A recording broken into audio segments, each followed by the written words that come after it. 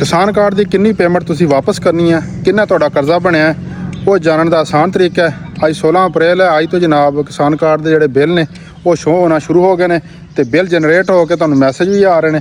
ਉਹਦਾ ਆਸਾਨ ਤਰੀਕਾ ਤੁਹਾਨੂੰ ਮੈਂ ਦੱਸ ਦਿੰਦਾ। ਜਮ੍ਹਾਂ ਕਰਵਾਉਣ ਦਾ ਤਰੀਕਾ ਵੀ ਇਹ ਹੀ ਹੈ। ਤੁਸੀਂ ਚੈੱਕ ਕਰਨ ਦਾ ਆਸਾਨ ਤਰੀਕਾ ਈਜ਼ੀ ਪੈਸਾ, ਜਾਇਜ਼ ਕੈਸ਼ ਦੋਨੇ ਐਪਲੀਕੇਸ਼ਨਾਂ ਤੇ ਚੈੱਕ ਕਰ ਸਕਦੇ ਹੋ। ਈਜ਼ੀ ਪੈਸਾ ਦਾ ਵੀ ਤਰੀਕਾ ਦੇਖ ਲਓ। ਈਜ਼ੀ ਪੈਸਾ ਐਪ ਦੇ ਵਿੱਚ ਸੀ ਆਲ ਤੇ ਕਲਿੱਕ ਕਰਕੇ ਫਿਰ ਤੁਸੀਂ ਜਾਣਾ, ਅਗਲਾ ਆਪਸ਼ਨ ਆਉਂਦਾ ਇਹਦੇ ਵਿੱਚ ਅਦਰਸ ਦਾ। ਅਦਰਸ ਦੇ ਉੱਤੇ ਤੁਸੀਂ ਕਲਿੱਕ ਕਰਕੇ ਅੱਗੇ ਸ਼ੋ ਹੋ ਜਾਏਗਾ ਵਨ ਬਿੱਲ ਕ੍ਰੈਡਿਟ ਕਾਰਡ। ਇੱਥੇ ਤੁਸੀਂ ਆਪਣਾ 16 ਇੰਚ ਦਾ ਜਿਹੜਾ ਕਾਰਡ ਦੇ ਉੱਤੇ ਨੰਬਰ ਲਿਖਿਆ ਉਹ ਇੰਟਰ ਕਰਨਾ ਹੈ ਤੇ ਤੁਹਾਡੀ ਜਿੰਨੀ ਅਮਾਊਂਟ ਤੁਸੀਂ ਜਮ੍ਹਾਂ ਕਰਵਾਉਣੀ ਹੈ, ਜਿਹੜਾ ਕਰਜ਼ਾ ਤੁਸੀਂ ਲਿਆ ਹੋਇਆ ਹਕੂਮਤ ਕੋਲੋਂ, ਉਹ ਇੱਥੇ ਸ਼ੋ ਹੋ ਜਾਏਗਾ। ਤੇ ਜਾਇਜ਼ ਕੈਸ਼ ਦਾ ਵੀ ਇਹੀ ਆਸਾਨ ਤਰੀਕਾ ਹੈ। ਜਾਇਜ਼ ਕੈਸ਼ ਦੇ ਵਿੱਚ ਜਨਾਬ ਤੁਸੀਂ ਸਭ ਤੋਂ ਪਹਿਲੇ ਆਪਣੀ ਐਪਲੀਕੇਸ਼ਨ ਓਪਨ ਕਰਕੇ ਕ੍ਰੈਡਿਟ ਕਾਰਡ ਜਿਹੜਾ ਆਪਸ਼ਨ ਆ ਉਹ ਸਿਲੈਕਟ ਕਰਕੇ ਉੱਤੇ 16 ਇੰਚ ਦੇ ਜਿਹੜੇ ਕਾਰਡ ਦੇ ਨੇ ਉਹ ਇੰਟਰ ਕਰਨੇ ਨੇ ਤੇ ਤੁਹਾਨੂੰ ਪੈਸੇ ਪਤਾ ਚੱਲ ਜਾਏਗਾ ਕਿੰਨੇ ਪੈਸੇ ਤੁਸੀਂ ਜਮ੍ਹਾਂ ਕਰਵਾਉਣੇ ਨੇ, ਕਿੰਨੀ ਪੇਮੈਂਟ ਤੁਸੀਂ ਵਾਪਸ ਕਰਨੀ ਹੈ। ਕਿਸਾਨ ਕਾਰਡ ਦੀ ਵਾਜਬ ਅਦਾ ਜਿਹੜੀ ਤੁਹਾਡੀ ਰਕਮ ਹੈ ਉਹ ਤੁਸੀਂ ਈਜ਼ੀ ਪੈਸਾ, ਜਾਇਜ਼ ਕੈਸ਼ ਤੋਂ ਆਸਾਨੀ ਨਾਲ ਜਮ੍ਹਾਂ ਕਰਵਾ ਸਕਦੇ ਹੋ।